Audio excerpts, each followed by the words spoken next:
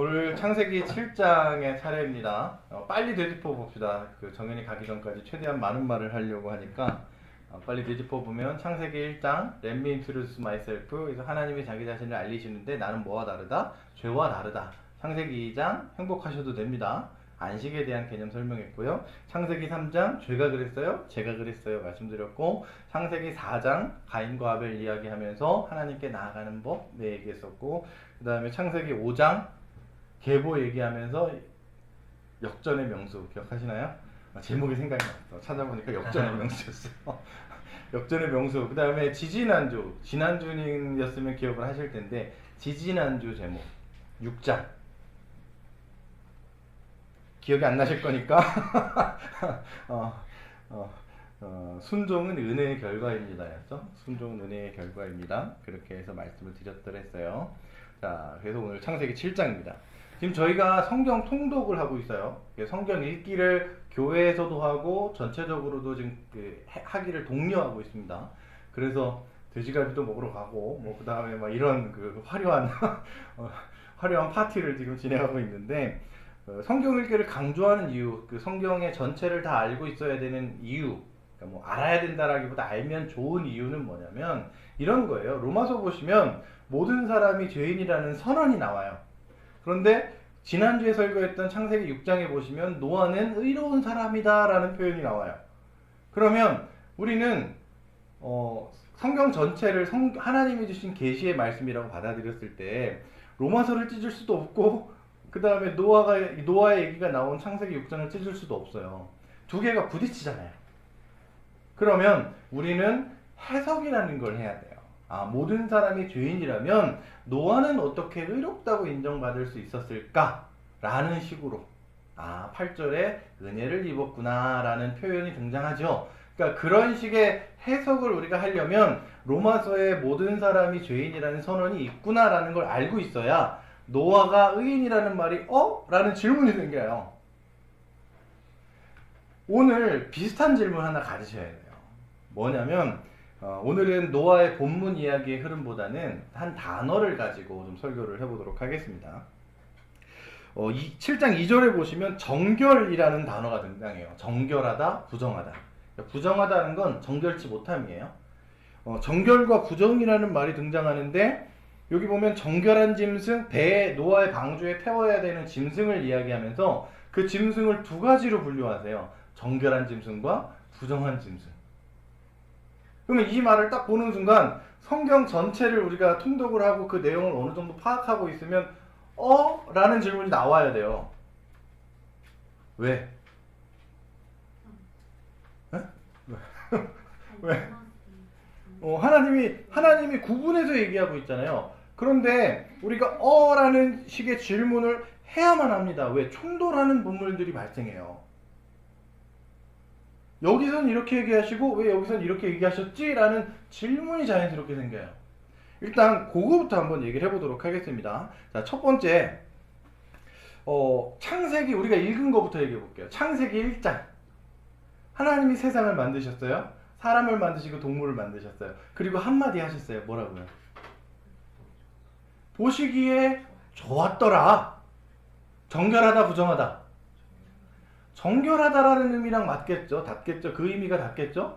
그런데 모든 동물들을, 모든 식물들, 모든 세상을 보시면서 보시기에 좋았다고 말씀하셨던 하나님이 갑자기 창세기 7장에서는 짐승을 두 가지로 분류하시는데 정결한 짐승과 부정한 짐승으로 나눠버린단 말입니다. 여기서 우리가 질문까지는 아니어도 이상하다라는 느낌이 생겨야 돼요. 왜 이래? 라는 거. 자, 그 다음에 또 하나, 레위기 11장 가면 거기에는 아주 하나님이 디테일하게 설명해 주세요. 정결한 짐승에는 뭐가 있고 부정한 짐승에는 뭐가 있으니까 이거는 먹어도 되고 이건 먹으면 안 돼 라는 식의 이야기가 레위기 11장에 주르륵 등장해요. 여기서도 라는 생각을 하셔야 돼요. 왜? 레위기 11장에 있는 내용이 거기 나오면 안 돼요.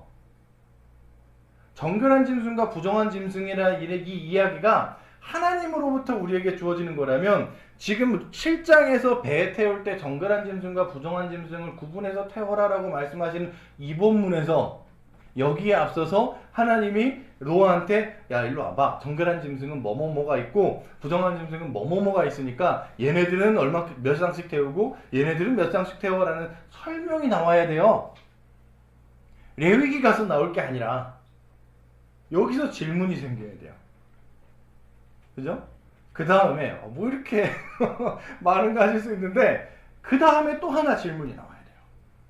뭐냐면 사도행전으로 가시면 사도행전 10장에 고넬료 사건을 베드로가 고넬료라고 하는 로마 백부장 만나기 전에 어떤 사건이 벌어지면 이런 사건이 벌어져요. 베드로는 유대인이잖아요. 율법을 지키는 사람이에요. 그래서 레위기에서 제시한 음식법을 지켰던 사람인 것 같아요.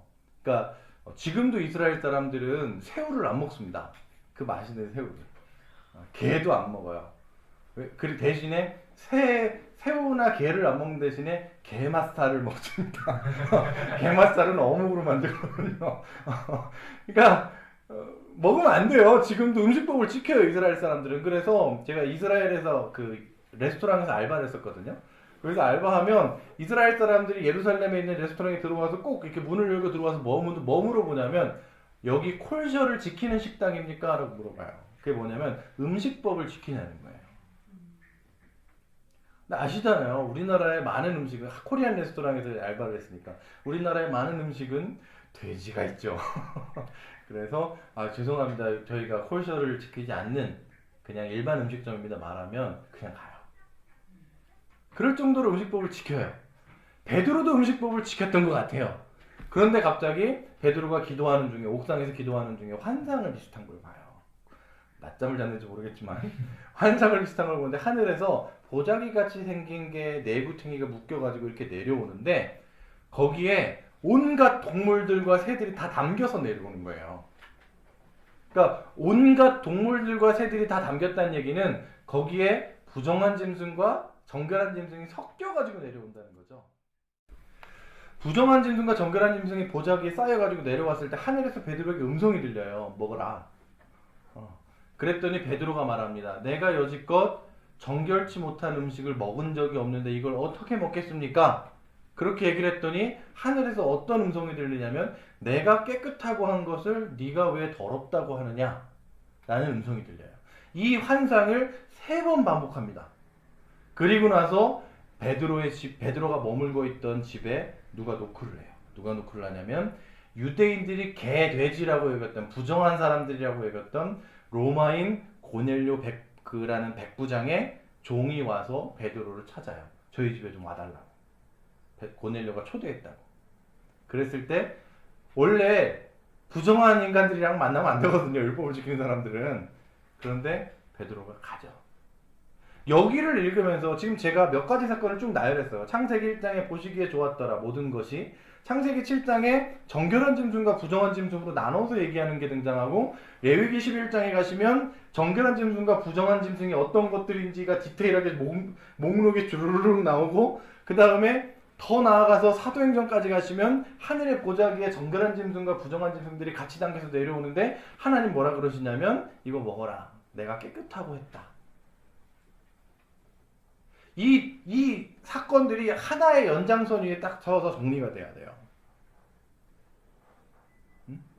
자, 그러면 보시기에 좋았더라는 그 긍정적인 측면이죠. 부정한 짐승과 정결한 짐승으로 나눴다는 얘기는 약간 그 부정적인 측면이 있고, 레위기는 뭐 그 목록을 나열한 거니까 더더군다나 부정적이고, 그러면 사도행전에는 섞어가지고 내려오면서 내가 깨끗하게 했다라고 하는 얘기를 하실 때면 그때는 긍정적인 거잖아요. 그러면 긍정, 부정, 부정, 긍정이란 말이에요. 그러면 어느 장단에 춤을 춰야 됩니까? 어느 장단을 맞춰야 돼요? 하나님이 정결과 부정에 대한 언급 없이 모든 것이 보기 좋았다 하셨어요? 아, 그래, 모든 것이 보기 좋구나. 근데 갑자기 7장에서는 정결과 부정을 나눠버렸어요. 레위기 21장이랑 같이. 아, 그러면 정결한 짐승과 부정한 짐승이 있구나. 근데 갑자기 사도행전 갔더니 그런 거 없대. 그러면 우리는 어느 장단에 춤을 춰야 되냐고요. 고민을 하셔야 됩니다. 성경을 읽으시면서 이상한 점을 느끼셔야 돼요. 하나님이 우리에게 주신 계시의 말씀이라면 충돌을 일으키는 게 아니라 그렇게 보일지언정 무언가 이유가 있을 것이다 라는 접근이 필요한데 그거에 대한 얘기를 오늘 좀 해보려고 합니다. 자, 우리가 창세기 1장과 비교해 보겠습니다. 창세기 1장의 모든 것이 보시기 좋았어요. 그리고 창세기 7장에 정결한 짐승과 부정한 짐승의 이야기가 등장해요. 그러면 1장과 7장의 차이는 뭐가 있을까요? 딱 하나밖에 없습니다. 인간이 죄인으로 변했다는 거. 인간이 죄인이라는 사실 말고는 변한 게 없어요. 그러면 하나님께서 인간을 죄인이 아니라 죄인으로부터 구속하시는 사건이 벌어지고 나면 그럼 어떻게 된다는 거예요? 정결과 부정의 경계가 사라져버리잖아요. 사도행전에서는 예수 그리스도의 피 흘리시는 사건 그 이후에 등장하는 이야기고, 그러니까 결국은 우리가 이 창세기 7장에서 말하는 정결한 짐승과 부정한 짐승의 구분이 뭐로부터 발생했냐고 우리가 질문을 해야 돼요. 하나님으로부터 나왔으면 레위기에 있는 내용이 먼저 등장해야 돼. 잘 들어. 이제부터 너희가 죄인이 됐으니까 너희들에게 정결한 짐승과 부정한 짐승으로 내가 나눠줄게. 그래서 목록을 쭉쭉쭉쭉 설명해주는 장면이 이 창세기 7장보다 먼저 나와야 되는데 그렇지 않단 말입니다. 그렇지 않은데도 불구하고 신기하게 하나님이 정결한 짐승은 7쌍씩, 부정한 짐승은 2쌍씩 실어 그랬더니 노아가 알아들어요. 그 말을. 무슨 얘기냐면 하나님이 구분해 주시기 전에 이미 죄인들이 이 정결과 부정이라는 단어로 세상을 나눠놨다는 거예요. 하나님이 구분해 주시기 전에 이미 죄인들 머릿속에는 저 짐승은 정결한 짐승, 저 짐승은 부정한 짐승, 이건 정결한 거, 이건 부정한 거라는 식으로 죄인들이 이미 나눠놨어요. 그 죄인들이 나누는 세상 속에서 그 살고 있는 노아에게 배에 정결한 짐승, 그러니까 동물을 실으라고 말할 때 설명을 해야 될 거 아니에요. 그 설명하는 과정 중에 하나님이 표현하시는 것이 정결한 짐승과 부정한 짐승인 거지, 하나님 보시기에 정결한 짐승과 부정한 짐승이 애초에 존재하지 않는단 말입니다. 돼지고기를 드셔도 된다는 얘기를 하고 있는 거예요.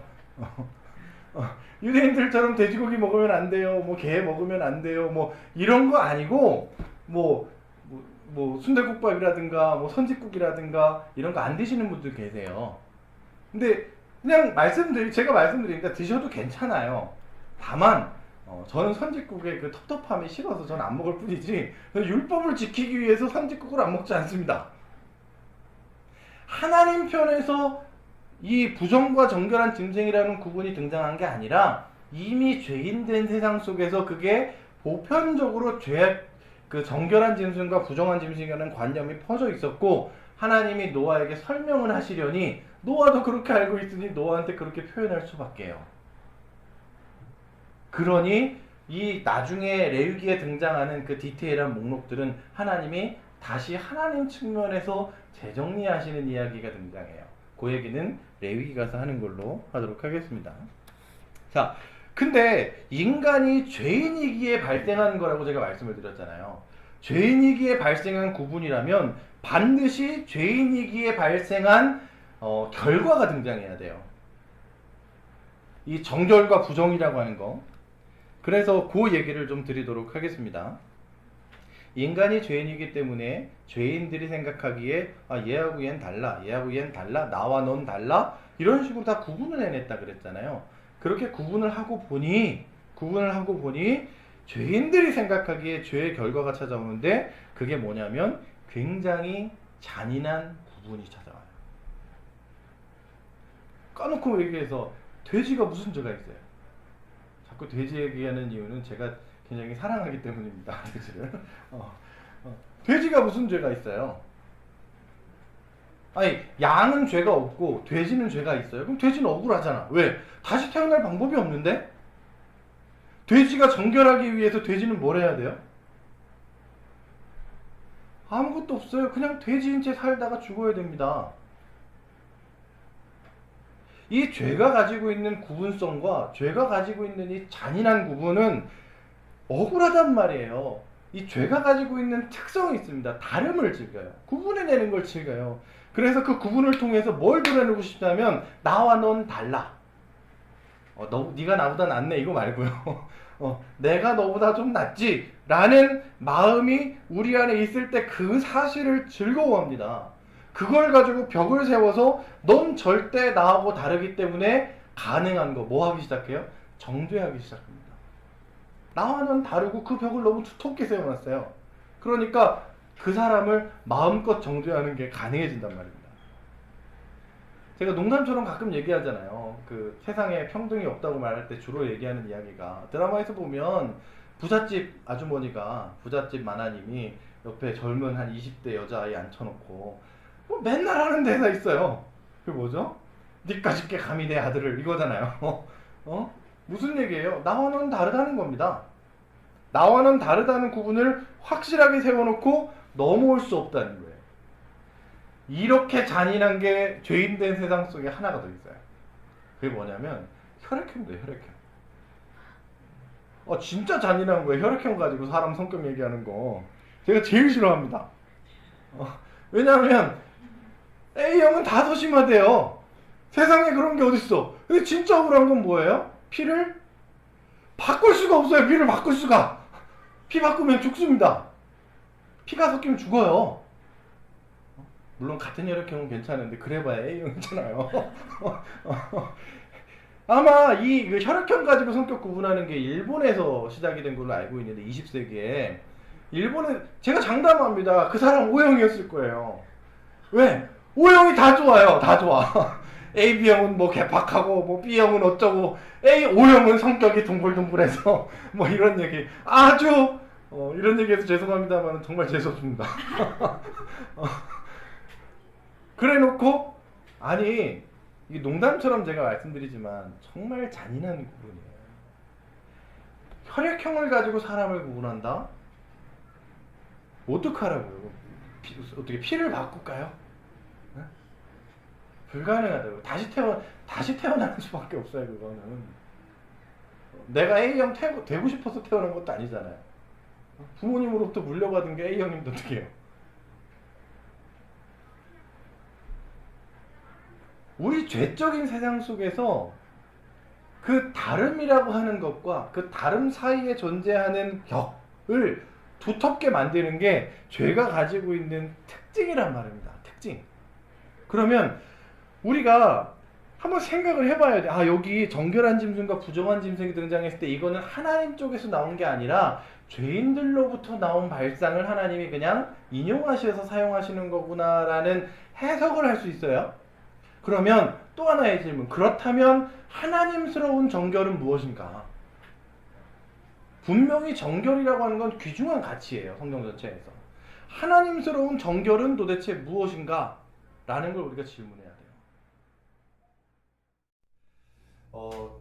예전에 제가 그 목사 안수를 받을 때니까 지금으로부터 한 7년 전쯤이었던 것 같아요. 7, 8년 전쯤에 목사 안수를 받으려면 구두 시치라는 걸 해야 돼요. 그 시치위원들 쭉 앉으셔가지고 이렇게 부부가 같이 들어가서 이 양반이 정말 목사가 돼도 될 것인가에 대한 질문들을 하고 그걸 답을 하고, 그래서 그 과정을 거쳐서 목사가 되는 거거든요. 이제 목사 안수를 받으려고 하는데 이제 같이 목사 안수를 받는 분들도 있고, 그래서 애들이 있어서 애들을 이제 따로 모아놨단 말이에요. 근데 이제 갑자기 저희가 그 목사님들 받는 그 장소에 1층에서 이렇게 앉아 있었는데 갑자기 귀에 비명 소리 같은 게 들리는 거예요. 악 하는 소리가. 근데 아무리 봐도 이건 내 딸 목소리인 거예요. 그래서 놀래가지고 지하 1층으로 내려가서 가봤더니 화장실에서 그 소리가 들려요. 그래서 애가 막 얼굴이 시뻘개져 볼 때 3살 정도 됐을 땐가? 막 하는데 뭐냐면 그때 애기한테 변비가 있었거든요. 근데 3살 된 애기가 아무리 배에 힘을 주고 응가를 하려고 해도 변이 딱딱하잖아요. 그러니까 너무 아픈 거예요. 그래서 화장실에서 막 애가 막 울면서 비명을 지르고 있었어요. 근데 아빠가 딱 그 화장실 문을 열고 들어갔단 말이에요. 엄마가 이제 쟤 지금 저러고 있으니까 빨리 가보라 그래가지고 제가 화장실 문을 열고 확 들어갔어요. 딱 들어갔는데 애가 막 아빠 그러면서 우는 거예요. 마음이 찢어지죠. 얼마나 그 사랑하는 딸이 그러고 있는데. 근데 딱 보니까 정말 딱딱한 응가가 막혀 있어요. 나오질 않고 끝에만 조금 나오고. 그러니까 아빠는 지금 어떻게 해야 될까요? 그 순간에. 아시잖아요. 제가 어떻게 했겠어요? 잠깐 기다려봐. 5층에 가서 비닐장갑 좀 찾아오고 그런 거 없습니다. 그냥 그 순간에 저도 모르게 손을 쑥 내밀어서 잡아 뺐어요. 이렇게 만들어가지고. 애가 그러고 났더니 괜찮아지는 거예요. 그러고 났더니. 그러니까 그 사건을 제가 딱 겪고 나서 하나님이 라는 생각을 응가 사건을 겪고 나서 하나님이라는 생각을 하게 됐어요. 그러니까 응가라고 표현을 해서 그렇던데 사실은 이 이야기를 이 대목에서 집어넣는 건 응가한테 모욕이에요. 왜냐하면 응가보다 더 지저분하고 더러운 게 죄거든요. 근데 이걸 그냥 이렇게 비슷하게 붙여서 얘기를 한다 그러면 조금만 더 힘을 내봐라고 말할 수도 없었어요. 너무 아파했거든. 아이가 막 3살짜리 애기가 얼마나 이뻤어 3살 때. 그러니까 막 울고 있는데 거기다가 대고 힘을 내봐, 병원 갈 때까지 기다려봐, 이럴 수가 없는 거예요. 그 순간 나도 모르게 그냥 손이 쑥 나가서 이렇게 맨손으로 만지고 빼고 손을 씻고 애를 이렇게 다독여줘야 하는 내 모습을 발견했어요. 지저분한 거 맞아요. 그런데 그 지저분함이 내 딸을 괴롭히고 있는 이상 아빠로서 당연히 너무나 자연스럽게 그거를 빼댈 수밖에 없는 거예요. 지저분하죠. 더럽죠. 지금 누가 저한테 똥 만져보라고 앞에 이렇게 가져오면 저도 안 만질 거예요. 그런데 그 상황에서는 어쩔 수 없이 만질 수밖에 없어요. 왜냐하면 똥의 더러움보다 그 똥의 더러움으로부터 나를 지키는 것보다 내 딸의 고통이 더 크거든요. 그 아픔을 보는 게 더 싫거든요. 오늘 이 이야기 속에서 이 7장에서는 죄인들의 정결의 개념이 등장해요. 그래서 오늘 설교 제목을 수상한 정결이라고 붙였어요. 진짜 수상한 정결이에요. 왜? 벽을 세워놓고 구분 지어놓고 그래서 난 너와 달라라고 해서 마음껏 정결합니다. 이게 죄인들의 특성이에요. 특성. 그 특성 속에서 서로를 정죄하면서 불행하게 살아가는 인간들을 바라보시는 하나님은 그 죄가 인간들을 괴롭히고 더럽히고 그로 인해서 신음하고 있는 자기 자녀된 우리를 바라보면서 가만히 계실 수 없어서 그 더러운 죄 안에 하나님께서 친히 개입하시는 사건이 벌어져요. 하나님께서 친히 손을 집어넣으세요. 굳이 표현하자면 정결하신 하나님이 부정한 곳에 손을 직접 집어넣습니다. 그래서 그 부정으로부터 자기 자녀를 건져 올리는 사건이 벌어져요. 제가 이 얘기를 왜 지금 여기서 드리냐면 죄인들이 생각하는 정결과 부정의 개념이 있습니다. 그 정결과 부정은 분명히 그 속에서 서로 상처 주고 구분짓고 인간을 불행하고 멸망하고 안 좋은 쪽으로 끌고 가요. 하나님에게도 정결과 부정의 개념이 있습니다. 모든 사람이 죄인이라는 구분 앞에서 하나님은 죄와 멀기 때문에 하나님은 정결하시지만 모든 사람은 죄인이기 때문에 모든 사람은 부정해요. 모든 사람은 정결하지 못합니다. 그 상황 속에서 하나님스러운 정결은 정결과 부정 사이에 벽을 쌓고 그래서 너와 난 달라. 그러니까 너 스스로 그걸 깨끗이 씻고 나에게 나오든가 아니면 내가 너를 받아줄 만한 어떤 깨끗함을 너의 힘으로 쌓고 나서 나에게 찾아와라. 그러면 내가 정결타고 인정해주고 받아줄게 라고 하는 하나님이 아니라 하나님스러운 정결은 그 정결함을 가지고 스스로 부정으로 뛰어드는 정결이라는 얘기를 드리는 거예요. 그게 성경 전체에서 드러나는 하나님스러운 정결입니다. 오늘 여기서 등장하는 정결과 죄의 정결과 하나님의 정결을 구분해서 생각하셔야 돼요. 우리가 정결한 삶을 살아야 합니다. 우리가 순결한 삶을 살아야 돼요. 우리는 세상과 구분된 삶을 살아야 됩니다. 분명해요, 그건. 그렇지만 우리가 그렇다 그래서 그 세상을 향해서 벽을 세우고 우린 너희와 달라. 너네가 고치고 오면 내가 받아줄게. 너네가 너희 스스로 깨끗함을 입어봐. 라고 말할 수 없다는 얘기를 드리는 거예요. 그렇게 말할 수 없습니다.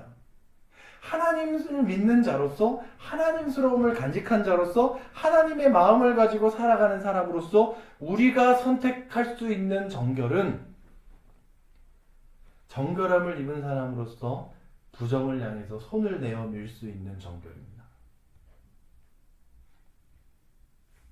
부정하라는 얘기가 아니에요. 정결함을 가지고 부정을 향해서 내어 밀 수 있는 정결. 그것이 하나님께서 우리에게 말씀하시는 정결이라는 거예요. 처음의 얘기로 돌아가서 하나님은 모든 것이 정하다 하셨어요. 죄인의 세상에서 정결과 부정의 개념을 가지고 만들기 시작했어요. 왜냐하면 인간이 죄인인 거로. 그러나 예수께서 십자가를 지시고 그 보혈의 공로로 말미암아 우리가 은혜를 입은 그 순간 그 죄적 정결의 개념이 사라졌음에도 불구하고 우리 안에 여전히 죄인된 정결의 흔적들이 남아있어요. 나는 안 그러는데 너는 왜 그러니? 라는 거예요. 자녀를 교육할 때도 마찬가지고 직장에서 일을 할 때도 마찬가지고 운전을 할 때도 마찬가지고 나는 안 그런데 넌 왜 그러니? 라는 이야기들로 서로에게 상처를 주고 살아요. 우리가 하나님의 은혜를 입었다 함은 나는 안 그런데 넌 왜 그러니 해서 벗어날 수 있다는 이야기입니다. 나는 안 그런데 넌 왜 그러니가 아니라 너의 그럼을 불쌍히 여기면서 나의 안 그럼을 나누어 줄 수 있는 삶이라는 거예요. 우리가 분명히 하셔야 됩니다. 근데 제가 이렇게 말을 하면서도 운전하잖아요. 그러면 저도 그게 안 돼요. 운전하다 보면 막 깜빡이 안 켜고 들어오는 사람들 있잖아요. 그러면 저 인간 막 이렇게 하면서 근데 사실은 저도 운전하다 보면 깜빡이 안 켤 때 있거든요. 그리고 같이 가족으로서 살아갈 때도 보면 저희 아내하고 이렇게 하다 보면 그러면 안 되는데 어떨 때 마음속에서 왜 저래? 라는 마음이 거의 안 드는데 정말 거의 안 드는데 가뭄에 콩나듯 그러면 안 되지만 들 때가 있어요. 그랬을 때 알아야 해요. 이것이 죄로부터 나오는 구분이구나. 죄로부터 나오는 자기의구나. 죄로부터 나오는 안 좋음이구나. 그때 우리가 마음속에 하나님스러운 정결은 무엇인가? 내가 하나님의 은혜를 입은 사람으로서 지금 저 사람이 이걸 못하고 있어요. 그러면 저 사람이 그걸 할 수 있도록 하기 위해서 나는 어떻게 하면 좋을까? 라는 자연스러운 선택의 결과들이 우리에게 찾아오게 될 거란 말입니다. 자녀를 키울 때 제일 열받는 건 수학을 가르치는 거예요. 수학을 가르치는데 못 알아듣잖아요. 그런데 아빠로서 왜 이것도 못해? 이러고 승질을 내면 그거는 굉장히 죄인스러움이죠. 그런데 그래, 아빠도 못했어. 아빠도 옛날에 못했어. 이게 안 된단 말이에요. 이게 안 돼서 부모 자식 간의 관계가 그렇게 되고 이웃 간의 관계가 끊어지고 친척 간의 관계가 끊어지고 직장 상사와 밑에 있는 사람 간의 관계가 끊어진단 말입니다. 다시 한번 말씀을 드립니다. 우리는 하나님의 은혜를 입은 사람들입니다. 죄인의 정결이 있어요. 이걸 제가 말씀드리기를 수상한 정결이라고 설교 제목을 붙였어요. 죄로부터 기인해서 사람과 세상 사이에 잔인한 구분을 하게 만들고 그 결과로 말미암아 신음하게 만드는 이 수상한 정결은 우리의 것이 아니란 얘기를 드리는 거예요. 그게 아니라 거룩한 정결, 하나님으로부터 기인해서 자비로운 손길을 부정을 향해 기꺼이 내어미는 이 하나님스러움이 그분께서 우리에게 허락하시고 살게 하실 그 삶이라는 사실을 우리가 기억해야 합니다. 우리가 예수를 믿는다 함은 이 하나님을 기억함이에요. 하나님을 기억하십시오. 그분의 거룩하심과 우리의 거룩하지 못함을 아파하셔야 됩니다. 그리고 그분의 거룩하심이 우리를 거룩해 하셨음에 감사하셔야 돼요. 그래서 그분의 은혜가 우리로 그분스럽게 살아갈게 할 것임을 믿고 험한 세상 속에서, 죄악된 세상 속에서 우리가 평안을 가지고 하나님스러움을 가지고 은혜를 가지고 살아가게 될 거라는 것을 우리가 이 성경에 펼쳐진 이야기 속에서 알아가게 되실 거라는 거예요. 아멘. 아시라고 제가 말씀드리지 않습니다. 제발 좀 아십시오. 나는 아는데 왜 모르니라는 얘기를 드리는 게 아니라 하나님께서 우리 성도들로 하여금 그렇게 알도록 이끌어 가실 거라는 얘기를 드리는 거예요. 하나님스러움의 정결을 가지고 부디 우리의 삶 속에서 발견하시기를 부탁합니다. 내 안에 죄로부터 기인한 구분이 있지는 않은지, 죄로부터 기인해서 누군가를 바라보면서 저 인간이라고 생각을 하는 거 있지는 않은지, 만약에 우리 안에 하나님이 이해되고 하나님스러움이 장착되어 있다면 그렇지 못한 사람들을 바라보면서 어떤 마음이 들 것인지 고민하시고 생각하셔서 부디 한 주일 동안 발견하셨으면 좋겠어요. 발견하시고 그거로 말미암아서 내 삶에 이것이 죄로부터 기인한 거였고 이 부분이 하나님스러움으로 인해서 이것이 이렇게 해결됐습니다 라는 고백이 우리 안에 풍성하면 풍성할수록 그러면 우리 모두가 행복한 삶을 살게 될 거라고 믿습니다. 말씀을 마무리하면서 부디 기억해 주십시오. 수상한 정결이라고 하는 개념에서 벗어나서 그래, 나는 정결한 은혜를 입은 정결한 자다라고 하는 하나님스러운 정결에 사로잡혀 한 주 동안 행복하게 살아가시고 그 행복의 결과를 가지고 다음 주에 이 자리에 만날 수 있기를 예수 그리스도의 이름으로 축복합니다.